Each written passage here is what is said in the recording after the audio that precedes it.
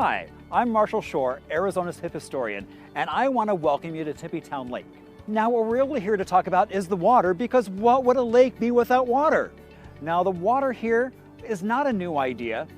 The prehistoric Hokum Indians actually devised a canal system using that same water that became the foundation of many of the canals that we still use across the valley today.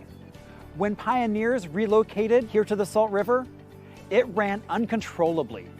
How to cross the river became a huge problem that was solved by Charles Trumbull Hayden and the Hayden Ferry. Bridges were no match for the rushing waters. To close out the 20th century, Tempe Town Lake was created with a rubber dam, which allowed then the 21st century growth to happen around Tempe Town Lake. Welcome to Casey Moore's Oyster House, near ASU, a landmark tavern popular with students, faculty, and locals alike. Some say there is a spirit of a younger lady that causes forks to fly across the room and has been seen on the stairway. Hackett House, 4th and Maple, named for Tempe's first telephone operator, Estelle Hackett. The oldest fire red brick in Tempe, this 1888 Arizona Territorial Victorian restored by the city of Tempe. This signifies the first phase of commercial development in Tempe. The Andre Building, 401 South Mill Avenue. The home of Rulabula, R.J. Andre, who built this building as a saddlery shop on the first floor, and the upper floor was a boarding house. So stop by this Victorian and neoclassical architecture and pick up a pint of Guinness. Tempe Hardware Building. This building was built in 1898 and housed the Oddfellows Hall and a hardware store on the first level. Then it became a hardware store owned by the Curry family from 1906 to 1976. At the turn of the 20th century, this was the social hub. Lardon Dines, an 1893 Victorian. Now, Lardon Dines were both prior members of Tempe and then opened up a drugstore that ran up until the mid-60s. It's rumored to have been a place where politicos met to make backroom deals. Valley Art Theater opened its doors to show movies in 1940. Harkins, a current local theater chain, has always been involved with this theater since the very beginning. In 2001, they completed a gorgeous renovation, keeping the original flair while modernizing the theater experience. Have you ever wondered how Mill Avenue got its name? Well, behind me is the answer. It's Hayden Flour Mill. Now, originally there was an 1874 water-powered mill, but what you'll see behind is actually a concrete structure that's fireproof because of a 1917 fire. Now, the silos behind us were added in 1951 and were the tallest structure in Tempe until 2007. They still act as a beacon to let you know where you are on Mill Avenue, but also harken back to a day when agriculture and water brought Tempe to life.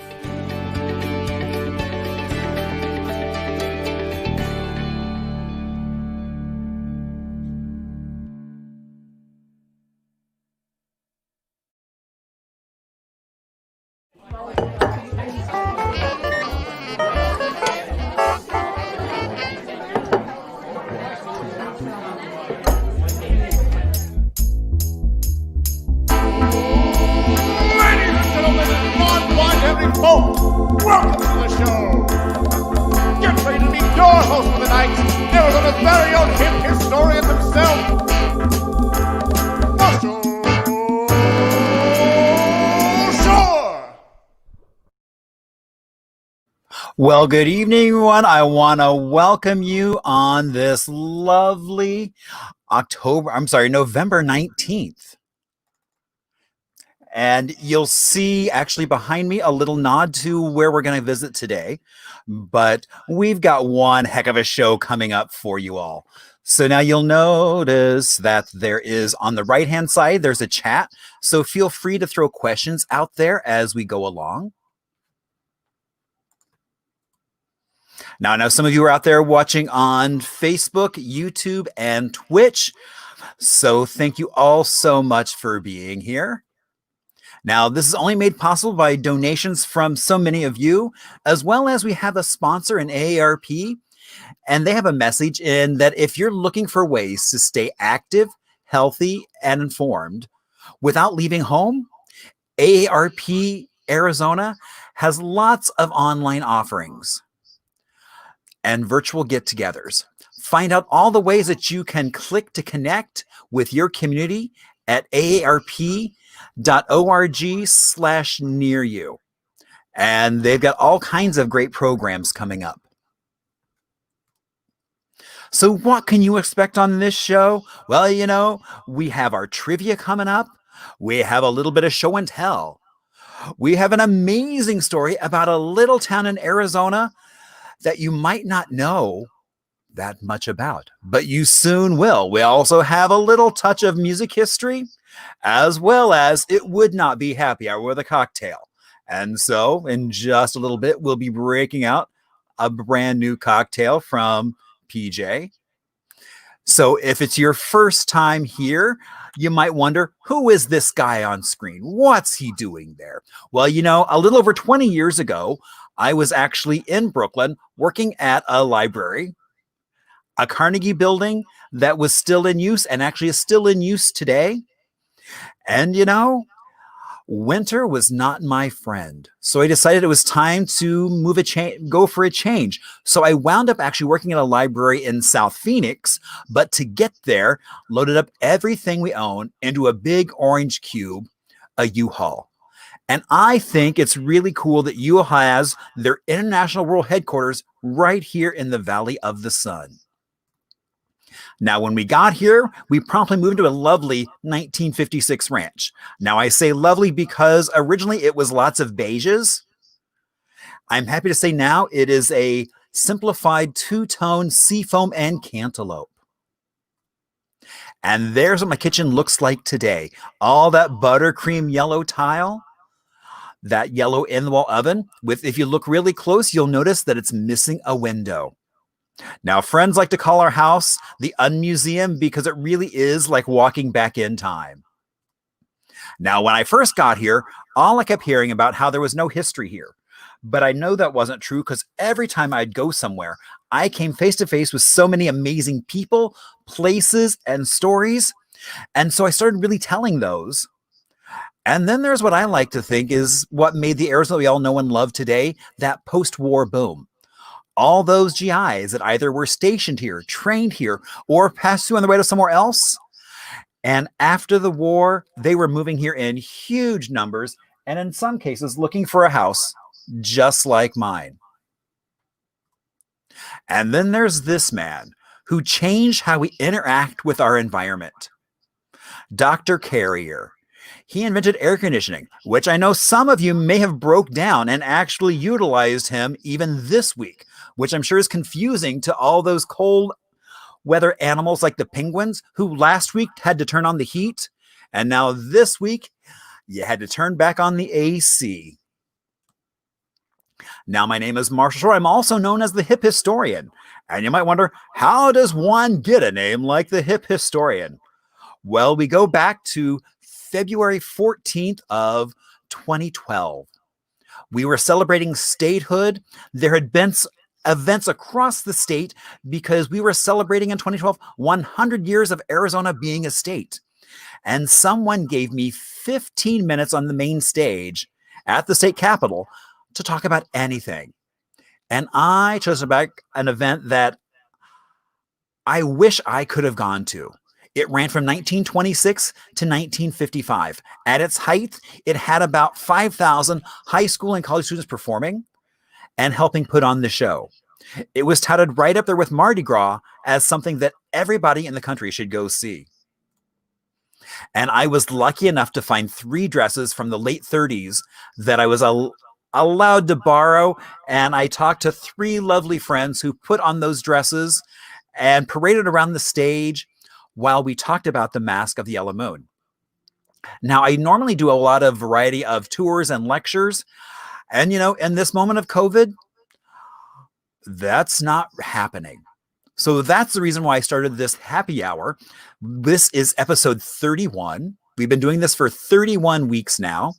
And it was really an opportunity to share stories with folks that are out there, because I always find whenever I share, people share their stories back. And tonight will be no different than that. And that's why I really started doing this. Now, we also did start doing in October walking tours of downtown, kind of a mix of haunted and history. And we're actually doing those on every second Saturday. So the next one is coming up on December 12th. And everyone is wearing a mask, including myself and my co-host Deb. And so we both have microphones under our masks so that everyone is safe and sound.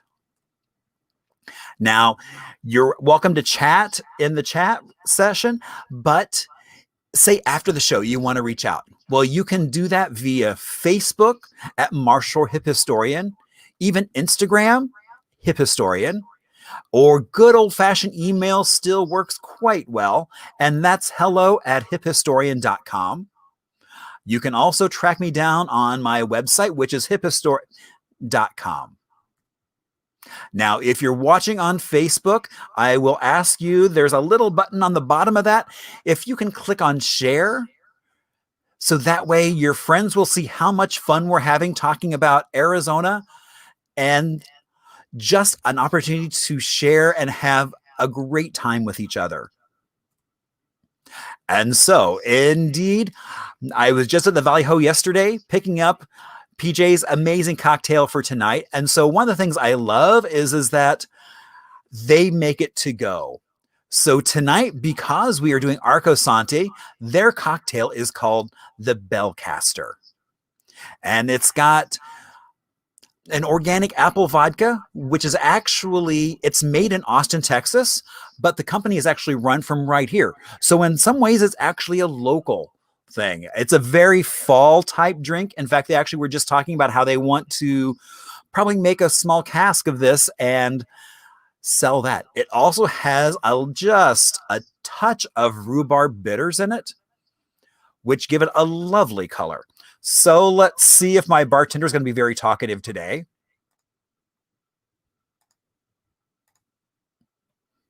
Oh, and I guess not. So, all right. So one of the things I love is he makes it oh so easy to make the cocktail. I just twist off the lid.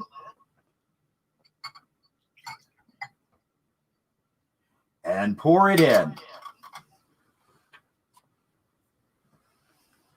Nope. And look at that.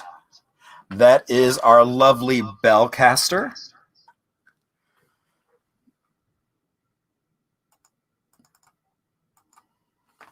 So cheers, everyone.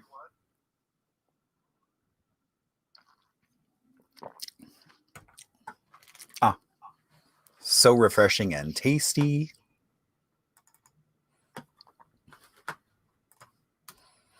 So now it's time for show and tell. And of course, since we're talking about Arcosante, if you don't know what they're famous for, I have my very, I didn't even play with this. So I guess I should hold it back here. Oh, and over there. So you can see the Arcosanti bell that hangs out on my patio. And I love when the wind blows because then you get this lovely sound. And these are made right at Arcosante. I'm sure we'll hear more about that. All right, so I'm really happy to say, through the miracle of modern or not so modern technology, I want to bring on my friend Tim. Oh, and let's get rid of that. Nobody wants, there we go. Hey, Tim, how are you doing today? I'm doing well, Marshall. Thank you. And do you have a beverage with you by chance? I do. So I didn't have time to pick up the ingredients for the Bellcaster. So I've got my favorite local Arizona beer, Tower Station by Mother Road. Indeed, love those guys. And actually, yeah, so we were working with them right before the pandemic broke out to actually brew an Arcosani beer. Yeah, it's our 50th anniversary. So it was going to be sort of an anniversary gift to ourselves and to people who come and visit, but unfortunately it had to be delayed. So fingers crossed, we'll have an Arcosani beer by Mother Road in 2021. Oh, I look so forward to that. Oh my gosh. All right. So Tim, so cheers. Cheers, Marshall.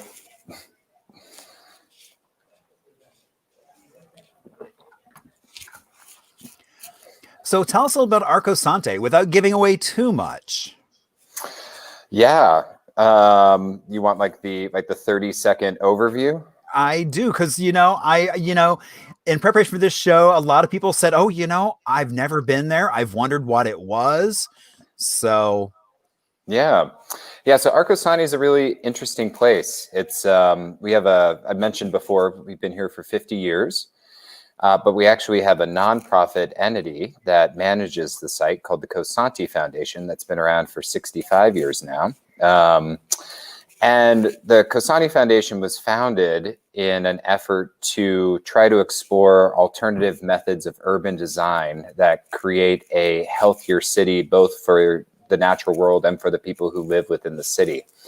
So the philosophy that this was built on is called arcology, which is a combination of architecture and ecology. And so in 1970, we set out to build a prototype for a different type of city. And it lives right here in Arizona, about 70 miles north of Phoenix. And today we do quite a bit out here. We run educational workshops. We do daily tours of the site. We have a overnight stays program where people can come stay in Airbnbs and guest rooms or camp out in a garden that we have. We run a lot of special events. We actually just had the band Pucifer play here, which is a band that's the front man is Maynard James Keenan, who is the frontman for Tool, but who's also a local. He lives up in the Verde Valley, and he runs the Merkin Vineyards. So, yeah, it's a really unique place, and so that's sort of the 9 to 5, and then what I call the 5 to 9 is the full-time resident body who lives here, because there's about 70 of us who live on the site. Who fill out the day-to-day operations of Arcosanti between all the nonprofit work and then the for-profit Bell business, and then live and work as a community together, trying to sort of demonstrate that this particular prototype actually functions really quite well when you're talking about how to build a more resilient community. I didn't realize 70 people were, I knew there were a lot, but not that large a number. Mm-hmm. Yeah. Wow. Yeah, I had to laugh that I don't know if you did this on purpose, but your trivia piece, or what you started with about the invention of the air conditioner, was that purposeful for this? Well, basically it's because the air conditioner just changed Arizona so much. Yeah. So the founder of Arcosanti would say, if not for the better. And his whole theory was that basically you needed to be building habitats for people that reflected the actual environment that they were built in. So like this constant desire for people to be creating a more comfortable habitat for themselves in the middle of a desert, which is, there's no food, there's no shade, there's no water, and everything's always trying to kill you all the time. It's, I think Paulo Solari believed wholeheartedly that people needed to learn to adapt to their environment rather than constantly forcing the environment to adapt to them. So it was interesting that you chose the air conditioner in particular to talk about, because that's one of the key principles this site is built on. We use primarily passive heating and cooling technology. So we rely on our relationship to the sun to keep the buildings warm in the wintertime. And then the way that it's angled on top of a mesa out here allows the cross breeze in the summer to help keep the buildings a little bit cooler than what you'd usually get. Wow. I didn't realize there was all that going on up there. Oh, and I love people are saying, Nancy down in Tucson has 6 bells out on her patio right now. So, yeah. And I like that Vera said that she went to Taliesin West today. I always joke that we're kind of like the punk rock Taliesin. So you get the Taliesin experience, and then if you want the punk rock experience, you come visit Arcosanti. And music as well at Arcosante. Yeah, a lot of music. We have a rich history of all kinds of performing arts, which is really, a key to the philosophy. That's one of the things about an urban environment is people are naturally inclined to gather in cities even today.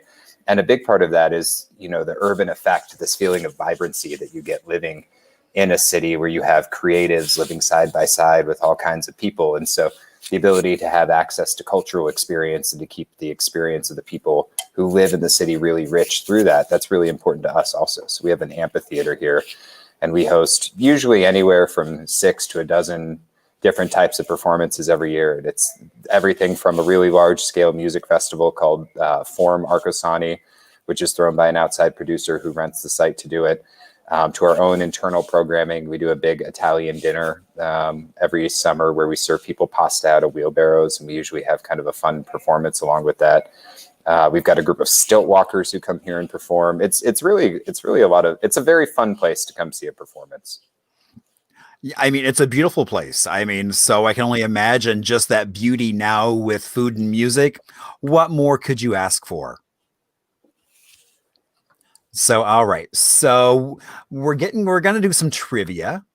Now, for those of you who are joining us for the first time, our trivia is a little bit different because basically what we do is we're going to go through our questions, and then we're going to take a little bit of a music break, and then we're going to talk about the answers for those questions.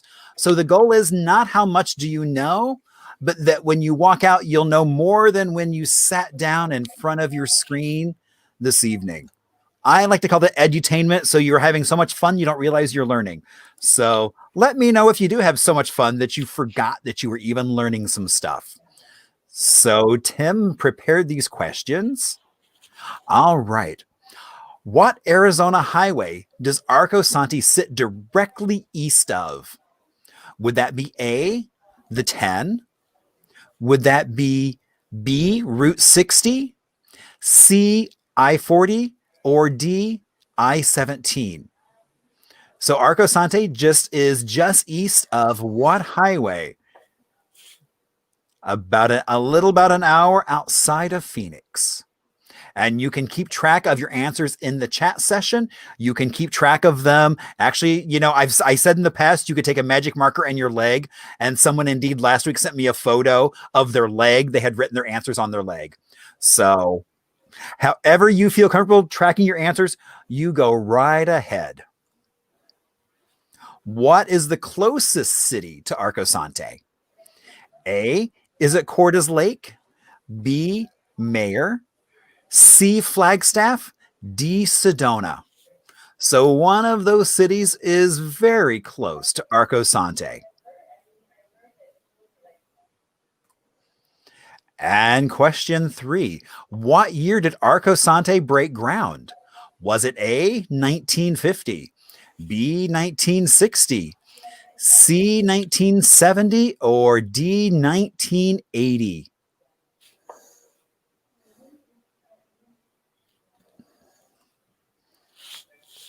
And then what year did the South Vault get completed?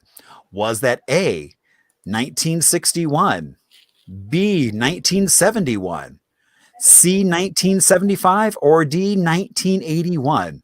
Now, that's the reason why we have multiple choice, so that way, even if you may not know what the South Vault is, you'll walk away knowing what the South Vault is, as well as which one of those years it opened. And then who is the architect behind Arcosante? Is it A, Paulo Solari, B, Frank Lloyd Wright, C, Benny Gonzalez, or D, Kemper Goodwin? Who is the architect behind Arcosante? Where is Arcosante's architect originally from? A, San Diego, B, Mexico City, C, Madrid, Spain, or D, Turin, Italy? So where was the architect of Arcosante originally from?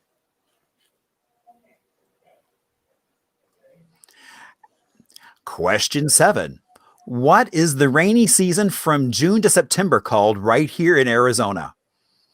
A, summer season, B, wet season, C, storm season, or D, monsoon season?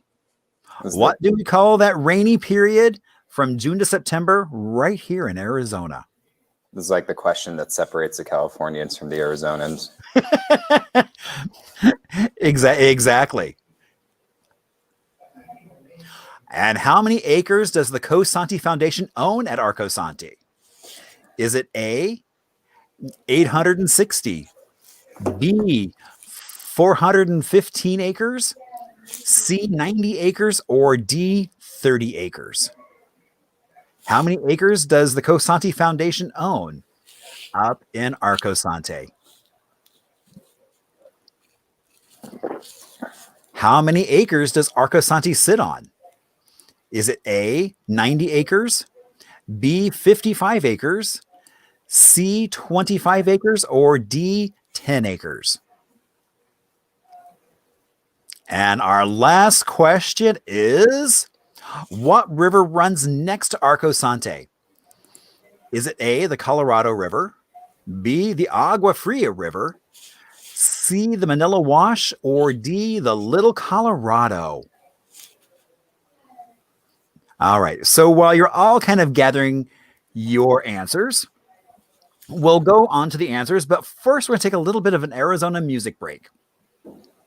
Now, I always do give out the caveat is I would love to be able to share some of the music, but because I wasn't able to get any copyright, I don't play any music unless I can talk to the performer or composer and get their okay that it's okay. So we weren't able to do that, but we are going to talk about Richie Havens. Now, Richie Havens was a songwriter and guitarist. He played a wide variety of music from folk, soul, rhythm, and blues. And he actually was the opening act at Woodstock. Now, as Tim had said, Arcosante has a rich music history. And indeed, Richie came back in 1978 for a concert at Arcosante, along with Trod Rundgren and Stephen Stills. And a fire broke out that damaged almost 200 cars. So they probably didn't have any music festivals right after that. They were probably feeling a little touchy about that subject. But then Richie Havens also went on to basically narrate a documentary from the 90s that Discovery Channel did that really talked about Paulo Solari's utopian city, Arcosante. Did I leave anything out, Tim? No, although the number of cars is questionable. It depends on if you're reading. I think it was the Arizona Republic and or maybe it was the Daily Sun or the Daily Courier. I think if it was the Courier article, it was 85 cars. If it was the Republic, it was 150. And I think the answer is that once you get into double digits with cars you've destroyed at a festival, it's too many cars. So right, exactly. I would say, well, if it's my car, that's one too many. Yeah. And we it's funny. I have met more people in the last 3 years here who claim to have been here for the car fire than I think it's reasonably I just doubt that all of them could have been here for it. But maybe I'm wrong, but about every week we get someone who comes through who says, "Oh, I was here for that." That's so fun. They pack the cars really well, like going to the drive-in. That was the issue, is they didn't pack them really well at all. They packed them all over the place. So a catalytic converter caught on fire and burned up one car, and then all the cars burned up. Oh, but no one was injured. A dog was killed, which was pretty unfortunate. But no one was injured, thank goodness. Okay, very good. All right, so now we're getting ready for some answers. All right. So our first question was, what Arizona highway does Arcosante sit directly east of? And Tim, what is the answer? It's the I-17. And actually, when construction was starting here, that would have been a 2-lane dirt road. So from the time it took to get from Paradise Valley, where Cosanti sits, our sister location, to the time it took to get here, and at that time Paradise Valley had a population of about 80,000 people, the Greater Phoenix area did. So Paradise Valley was really rather small. It would have taken you about 3 hours to drive all the way up here before the I-17. So tell me about the road from the I-17 to Arcosante. Is it a nice paved, 4-lane highway going there? No, it's a dirt road. We've had the same dirt road for the entire. It's funny. The road actually was not originally intended to be the road to Arcosanti. They'd always imagined that eventually they'd create a road from Cordes Lakes. And the funny thing is, we have our own freeway exit. So if you are to exit off of the freeway, there is an Arcosanti road. It just doesn't go here. You have to turn left on a road named South Cross L Road, which is as much of a pain in the neck to say over the phone as you would think it is when you're telling people what the address is. So yeah, it's about 1.5 miles of unpaved road. But every year Cordes Lakes gets closer and closer to us. So they actually just paved another portion of it to put in a love station out there. Oh, wow. Mm-hmm. So even in the city of the future, it's like the present is encroaching on it. Mm-hmm. Yeah, well, that gets to the acreage question, which we'll get to soon. But yeah, big part of what we do is steward a large amount of acreage as a land preserve in order to make sure that the land around us doesn't eventually get developed in that way. All right, so on to question 2. And what is the closest city to Arcosante? Cordes Lakes, yeah. Well, and there's the road sign. I think it's cute that you call Cordes Lakes a city. I think the population is 2,000 people. Yes, actually, it is. Yeah. So. Yeah. It's and we might have actually. I didn't write these questions. One of our people here did. So I'm gonna have to talk to her about that. Maybe. Yeah, we probably it's a town. Cordes Lakes is to city what Arcosanti is to city as well, I'm sure. Did you take the SAT? That sounds like such an SAT. I should say Cordes Lakes is to city what Arcosanti is to town. 70 people doth not a town make.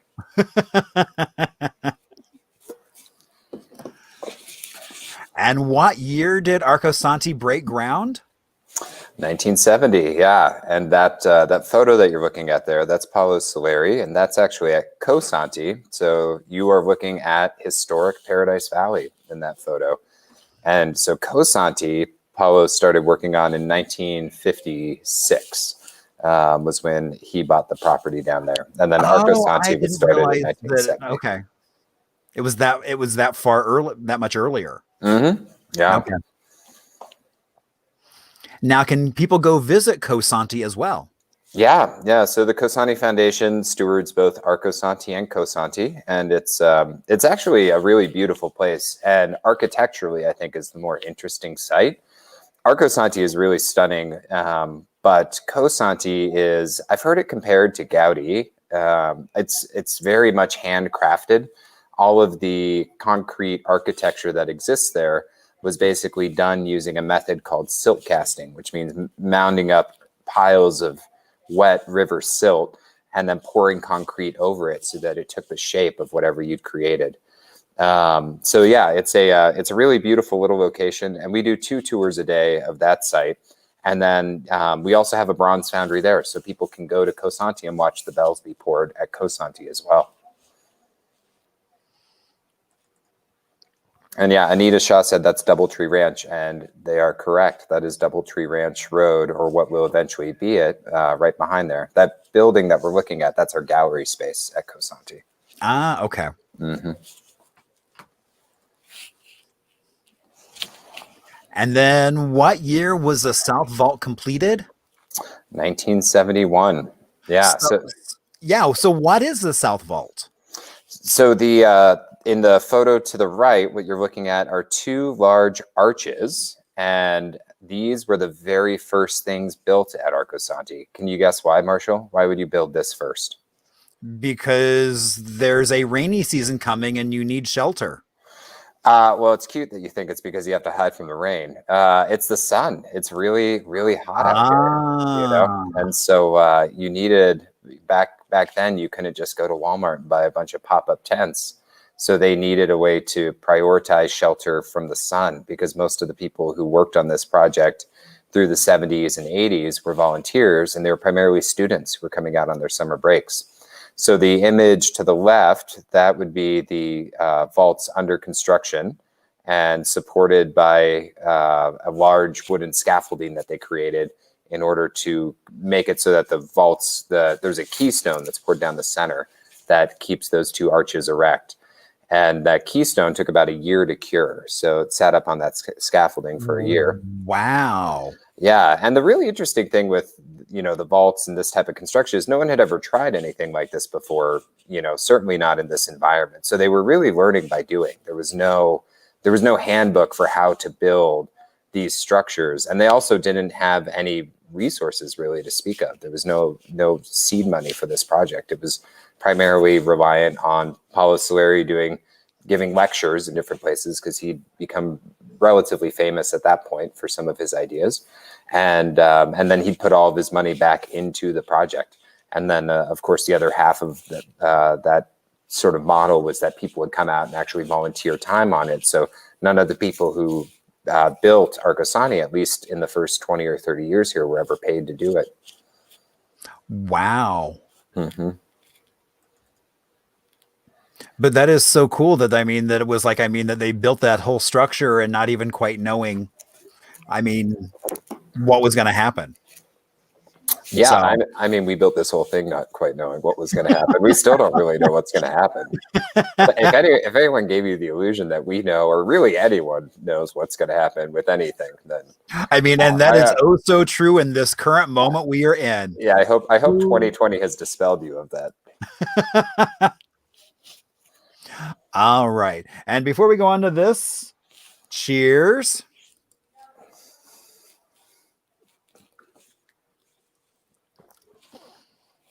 And who was the architect behind Arcosante? That would be Paulo Solari. So there he is, sitting in front of one of the architectural models for a theoretical arcology, which is that term again, architecture and ecology. And so this is actually, this is a really cool photo, because these models don't really get displayed all that often anymore. Although someone had said in the comments earlier that there was a show at the SMOCA, the Scottsdale Museum of Contemporary Art. And they actually, I don't think this model was there, but there were a number of our models that were. And this was really what got people excited enough to want to come to Arizona and help out with this project, was that Paulo Solari and the Cosanti Foundation, which was kind of a group of people who were really thinking about the idea of how do you make a better city through this idea of kind of complexity and miniaturization, basically taking a city that is wide and flat and trying to make it three-dimensional and dynamic instead of something that occupies a large amount of space and has a really negative effect on the landscape in the process. So those models were taken to the Corcoran Gallery in Washington, D.C., and they were put on display.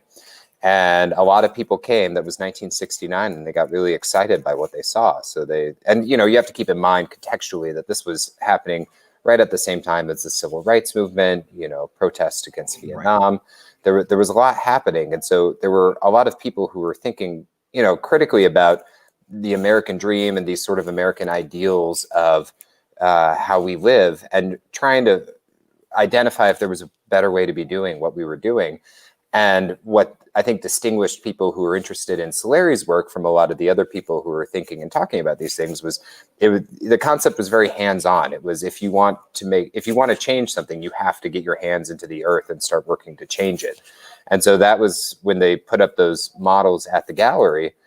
They issued an invitation for anyone who had seen the show who was interested to come out and help build Arcosanti. And that created this sort of pilgrimage of people from around the country who'd seen it, who thought that it sounded kind of cool and an interesting way to put their values into practice through working on something that reflected what they thought was a better or a more hopeful future, maybe, for American cities. Wow, so it really was a grassroots effort from the very get-go. Oh, it still is a grassroots effort. Yeah, very much so. The Arcosanti wouldn't be here without the 8,000 volunteers who came through and contributed to this project. There would have been no way to do it.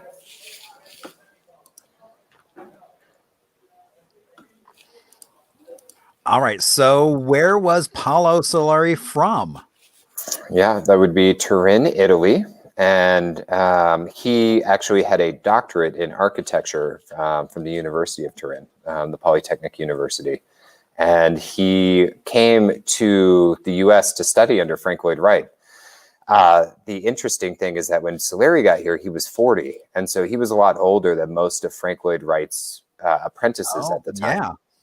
And there's a couple of different stories. No, I guess no one really knows for sure what the real one is. But there's stories about why Paulo Solari was kicked out of Taliesin West, which he was after about a year and a half.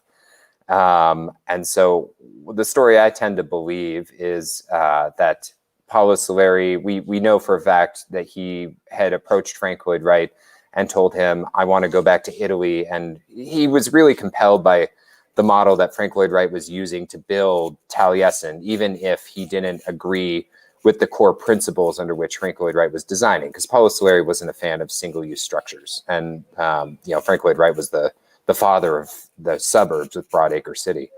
But Solari did really like the model of how people lived, worked, and played all together as part of the Frank Lloyd Wright School of Architecture.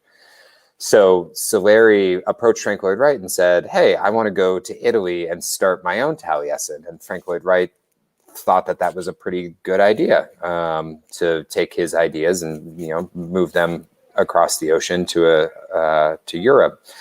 And so the way the story goes, the next day, several of Frank Lloyd Wright's favorite apprentices approached him and said, we want to go with Solari to Italy. And Frank Lloyd Wright said, oh, well, that's not going to pass muster. So that was supposedly why Solari was kicked out of Taliesin West. Wow. Yeah, curiously enough, Frank Lloyd Wright actually then got Solari his first commission, because Solari went and camped out on Camelback Mountain and sat up there and did a lot of drafting, came up with different ideas for desert homes and things based off of passive heating and cooling techniques. And a woman came to Frank Lloyd Wright and said, she was from Pittsburgh, and she said, I want to build a house out here. And he said, well, I'm too busy, but there's this kind of crazy Italian guy living up on that mountain who I just kicked out of here. You should go talk to him. And so that woman is who we call Granny. She was the mother of who would be Paulo Solari's eventual wife, Collie Solari. And so she commissioned him to build her a house called Dome House, which still exists in Cave Creek and is under private ownership now. And her daughter came out to help build that house. And then Paulo Solari and Collie Solari got married, and the rest is history. Wow. Mm-hmm. So there must have been too much animosity if he was like, hey, go over to that guy you just kicked out and he'll build you a house. Yeah. I mean, I think that's something that we often do we really like stories of animosity, right? We imagine that there must be some sort of acrimony between people in that kind of situation, but I imagine it was a lot more complicated than that. I suspect that Solari and Frank Lloyd Wright probably respected each other, even if they didn't agree, on their core values in terms of architectural aesthetic and urban design. Right. Mm-hmm.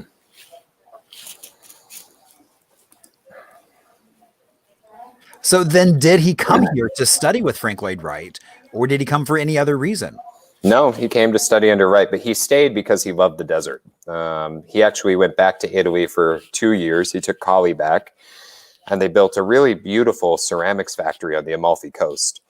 And then, he decided that his heart was in the Southwest, so they moved back here. And they tried settling in New Mexico, but the winters were too cold.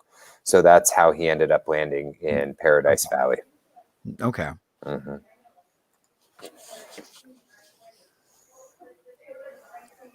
And what is that rainy season called? I mean, if we'd seen it this year, then I would know. I know. It's like everyone's been calling it the Monsoon. Uh-huh. It was a monsoon season. That's a beautiful photo. I would have loved to see that this year. So, so my parents are up in Yucca, Arizona. Mm-hmm. And when I was in New York, I would come out to visit them. And I remember one time I was visiting them and a monsoon had hit in Phoenix. Mm. And even from that far away, from like 4 hours north, you could look and see the cloud with this big column just of water. So that's why I saw that image. I was like, oh my gosh, that's exactly what it looks like. Yeah, that's a beautiful photo. I hope someone won an award for that or something. I That's hope crazy. so too. All right. So how many acres does the Cosanti Foundation own at Arcosante? Yeah, 860 acres. And so we own 860, but we lease an additional 3,000. So the total acreage holding that we have is almost 4,000 acres up here. Wow. I didn't realize it was that much land. Yeah. When they bought the land and they bought the water rights on the 860 acres in 1970. And then, so we work with the BLM to lease the remaining land around us. And that really is one of the things, and you're a New Yorker, which I also lived in New York for 5 years, so you'll appreciate this. One of the ways that one of my good friends here, Rob Jackson, who's our director of talent, likes to describe the concept of arcology is imagine New York City if you took the entire island of Manhattan and moved it all of the development, all the houses, everything in Manhattan into Central Park. And so you would hyper densify the existing city in favor of leaving the rest of the island undeveloped. And so that's one of the key principles that we call it bounded density, or the ecological envelope. And what that means is basically we believe that you should put a boundary around a city, at which point you say the city no longer can grow any wider, it must begin to grow upwards. And so through that, you preserve the natural landscape around the city, leaving it open for people to get to go out and experience nature when they start to feel a little bit too compressed within the city environment. And so that was something that Paulo Solari felt really strongly about. And the other thing, the other principle that I talked briefly about is complexity and miniaturization, which is basically this idea that if you look at nature, the most complex things that we have in nature, or even these days in technology, are also the smallest. So it's like the more complex something gets, the smaller it has to get in order to accommodate that complexity. So Solari literally believed that because we were building these really large cities and we were sprawling them out across the landscape, we were actually hindering the complexity of the city. We were hindering its resilience through that. And so he thought that if you had a city that was multidimensional, if you had it grow upwards and outwards and in between, then you'd actually create this really kind of vibrant urban experience. And you would also leave access to nature for everyone who lived in the city so that they didn't have to drive, 2.5 hours north to Flagstaff on a really bad day, or I guess any Friday during the summer when you're trying to leave Phoenix, Right. to get near nature. And so one of the interesting things about that is that idea, these arcology ideas, were actually really meant to be kind of light and beautiful and open and have a lot of green space. But you saw it co-opted by science fiction in the 1980s with movies like Blade Runner, which actually features arcologies. There's a few buildings in Blade Runner that are literally taken from Paulo Solari's treatises on this, which is City in the Image of Man. I didn't realize that. Yeah, and you can actually find arcologies in a lot of science fiction. And so, but it was the sci-fi took it and put a dystopian twist on it, right? So they, it was like dark and morose, and there was lightning bolts behind it all the time. And but that was never the original concept. The original concept was that these would be really beautiful spaces to live in, and also they would be dense. And so that was really what Solari spent his entire life championing. Wow. And then also, and I don't think my friend Allison is on, but when I started putting basically the news out there that we were going to be doing Arcosante tonight, she mentioned that her grandfather sold Polo the family ranch up there that then he built on. So, which I think is pretty cool. So it was like Grandpa Farmer sold the land. Yeah, we're still technically a ranch property. Oh, wow.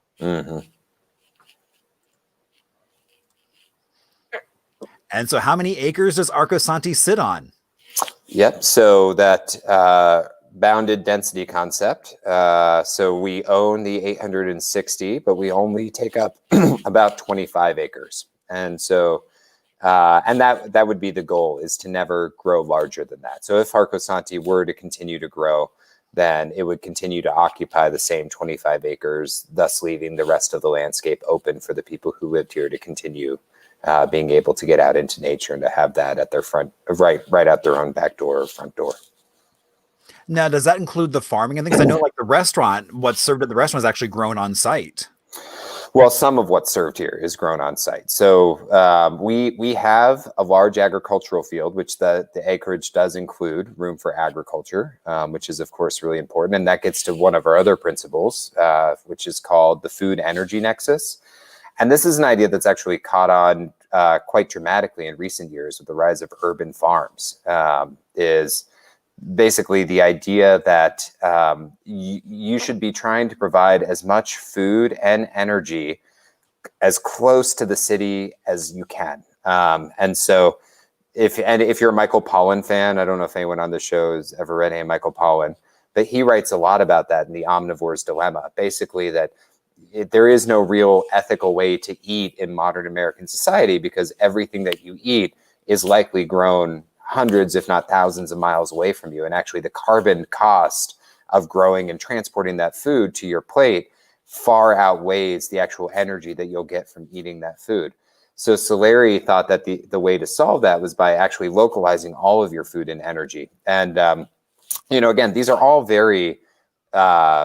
ideas that were well beyond their time, because no one knew how you'd actually do a lot of this, Right. And so I think what's really interesting these days is you do see this rise of the urban farm movement, which is really exciting. You see people, in cities growing food on rooftops, and there's this really great place in Long Island City, Queens, that is an urban farm that I used to get a lot of my produce from.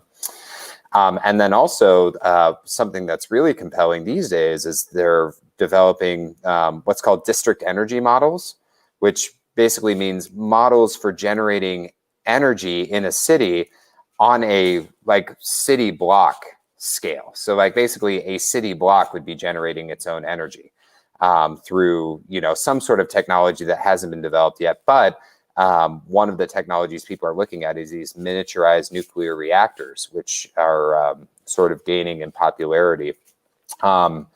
And so the closest parallel that I can think of to this, and the closest example of why this might be a good idea, is if you look at California with these really, terrible and devastating wildfires we had this last year out there. Why did those wildfires happen?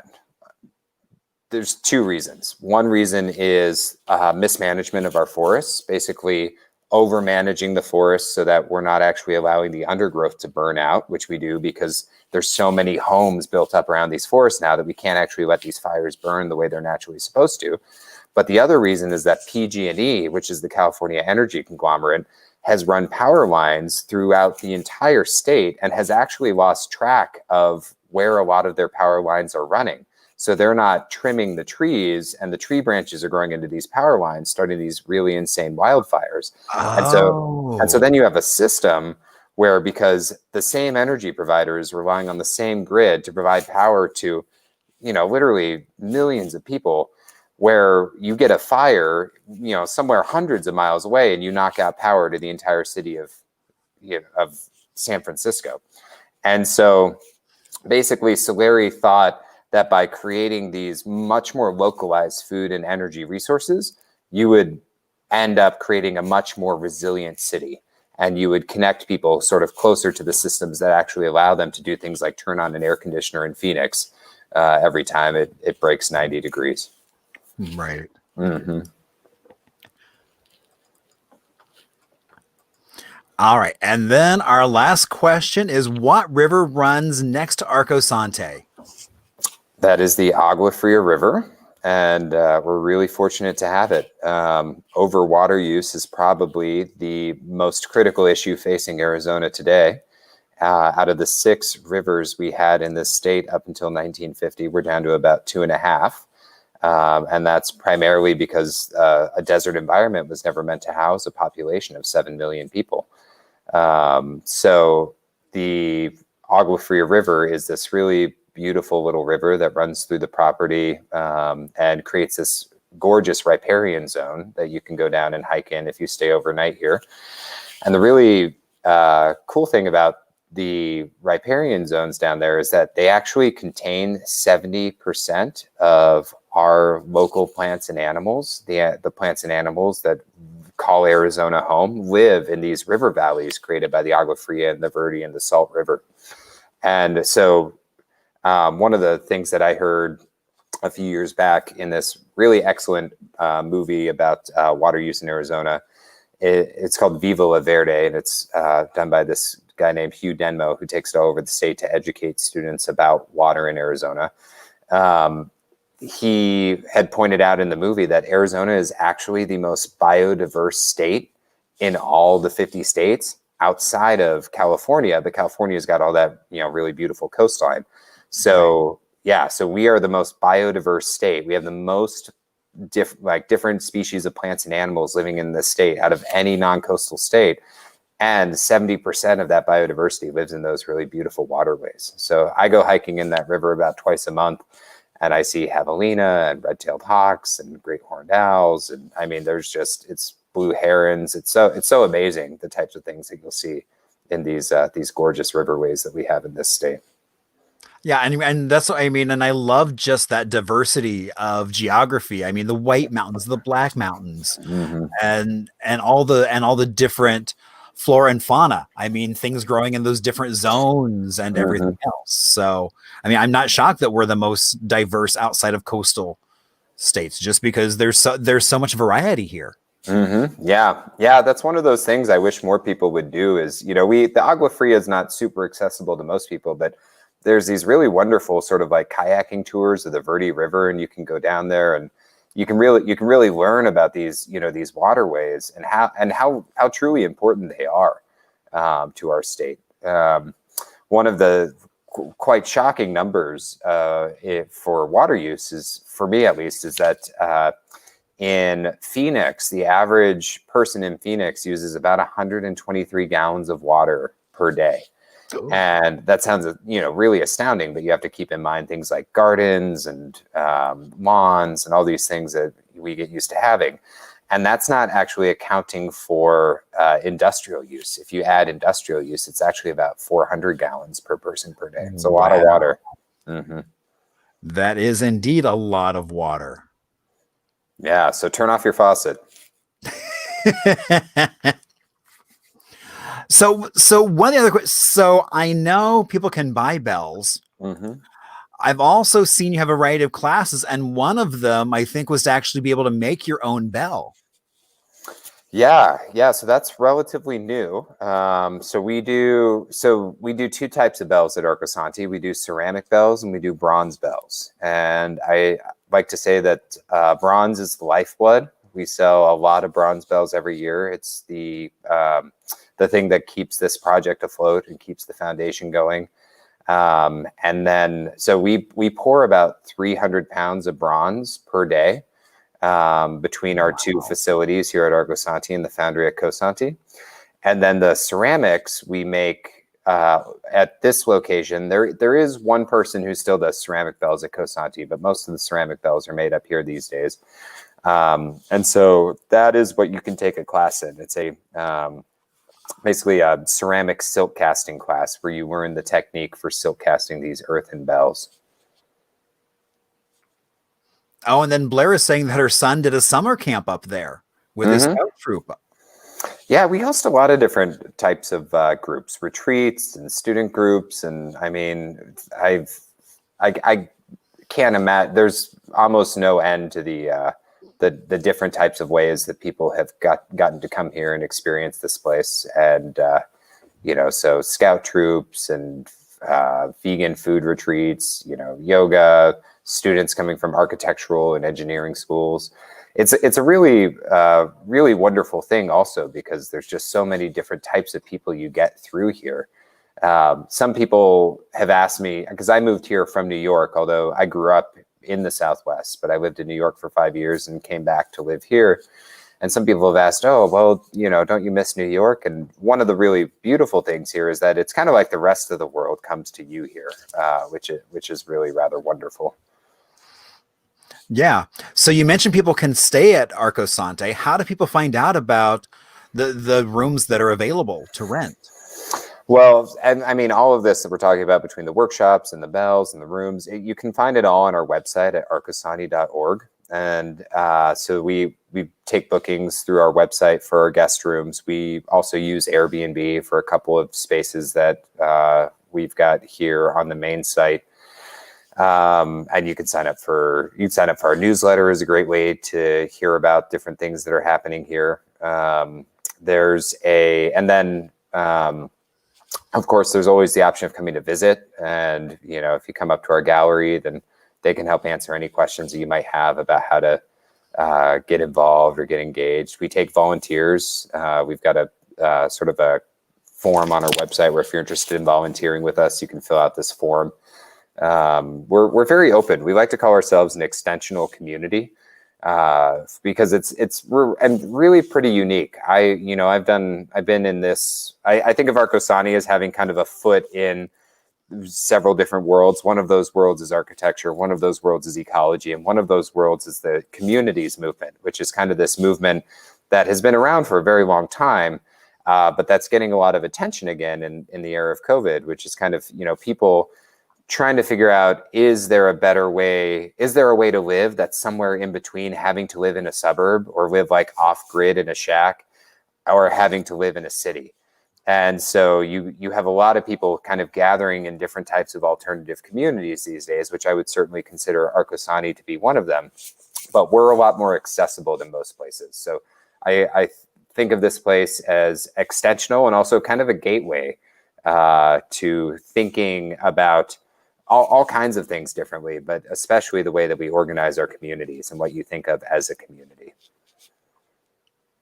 Wow. So Tim, thank you so much for coming on and sharing with all of us the kind of the background and what Arcosanti is doing now, even in this moment of COVID.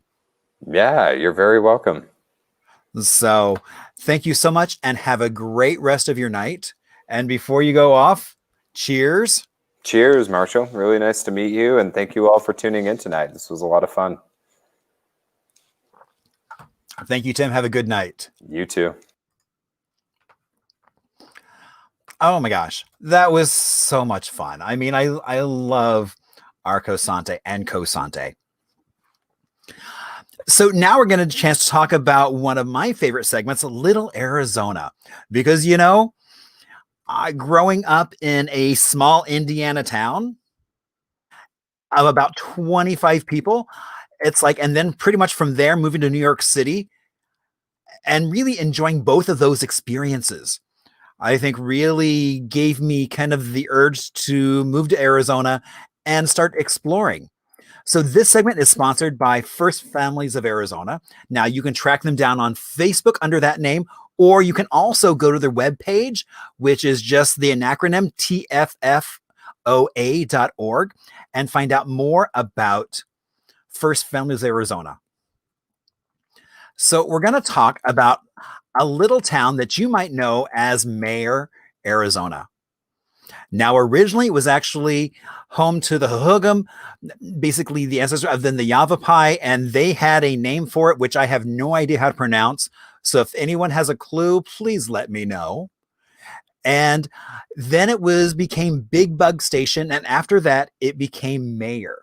When Joseph Mayer moved here, he was a miner and basically East Coast, moved here for mining and was doing a lot of work and basically took a leisurely way home and discovered Big Bug Station, which he then went out and bought and started the town of Mayer. And so this is actually a little monument talking about Big Bug Station and some of the other buildings that he built. So there was also in 1890, there was a horrible flood that basically washed all the buildings away. And so then everything had to be rebuilt. So here's the general store that he built. He then opened up the Mayer Hotel in 1897, and these are all still standing. Now, the population of Mayer is under 1,500, so I really like to focus on towns with not a large population. And then you've got the schoolhouse right there from 1914. Now, if you wanted to visit right here in Phoenix a little bit of Mayer, all you'd have to do is go over to the 51 near Northern Avenue. So Fred Geary actually bought the train station back in the early 60s from Mayer, put it on a truck and hauled it down to Phoenix, put it up on this hill and built his house out of it. And so that is still here. It did go on the market a few years ago, creating quite a stir. And so now someone is living at the top of that hill in an old train station. And, you know, I'm always amazed when you think you know something you don't. So this empty lot right here was the home of the Mayer Assembly Center. And it was torn down in the early 40s.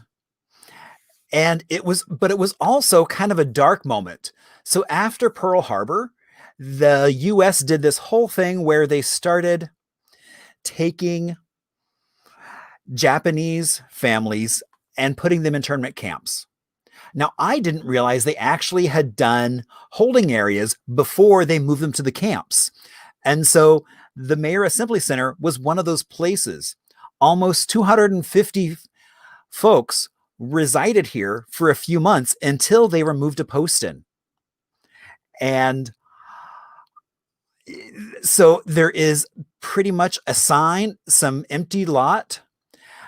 There is no mention of the fact that it was used as this containment for Japanese internment camps. So, you know, I just thought it was interesting. I actually just was out earlier with a friend who we were talking about the internment camps, and she, I mean, is Japanese in background and didn't realize that either. So I think it's one of those really things that we need to just kind of keep talking about. And so that's why I wanted to mention this. But Mayer is indeed a lovely little town that still has some of that original architecture. So next week, you know, it's Thanksgiving. And so instead of doing happy hour on a Thursday night, we are actually going to be doing it on Wednesday night. Same bat time, but different bat day. It's going to be Wednesday, and we are going to have so much fun. My friend Leslie is on, and we are going to talk about comedy history right here in Arizona. And she's found some really great stories that I think you'll really enjoy hearing about. She's also a really funny lady herself. So it's going to be so much fun getting a chance to hear from her. And I'm sure there'll be a joke or two involved in that whole process. Now, remember, if you have any questions, you can please email me, through me to Facebook, whatever it takes. I want to hear from you. I know we've actually had some folks actually send me, hey, you know, what is this? And so we were able to then go through and talk about some of that. Now, also don't forget that December 12th, we have our socially distanced haunted history tour of downtown Phoenix. It's about a 2-mile loop that we go through, and we're all wearing masks. It's a great time to hear some of the stories about some of those buildings that people may see daily, but never knew any of the background on. And you can find information about that and other things at hiphistorian.com, my website. Also, we will be doing there's a variety of kind of open air markets that are showing up this month. The end of this month is the night market over at Thunderbird Lounge, as well as this weekend is the first socially distanced market at Grand Avenue, and I'm going to be over there on the 28th selling things like the activity book, as well as t-shirts and some other things. So come on out and see me. And again, I want to thank you all. This show only happens because you all are out there listening. Otherwise, it would be just me in front of my computer rambling on and on. And also thank you all so much for even the smallest donation helps the program go on. Now, we also do have a sponsor in AARP Arizona, and you can find, and they have a message. If you're looking for ways to stay active, healthy, and informed without leaving home, AARP Arizona has lots of online offerings and virtual get-togethers. Find out all the ways you can click to connect with your community at aarp.org/near you, or you can also go to their website .org/az and see all kinds of amazing things that they have. So I also want to give a shout out. I love the videos we did at the beginning of this to kind of alert people, hey, we've got a show going on. That was a project we did with Tempe Tourism. Then the video we showed was music written by my friend Cole. My friend Chris Allen did the video.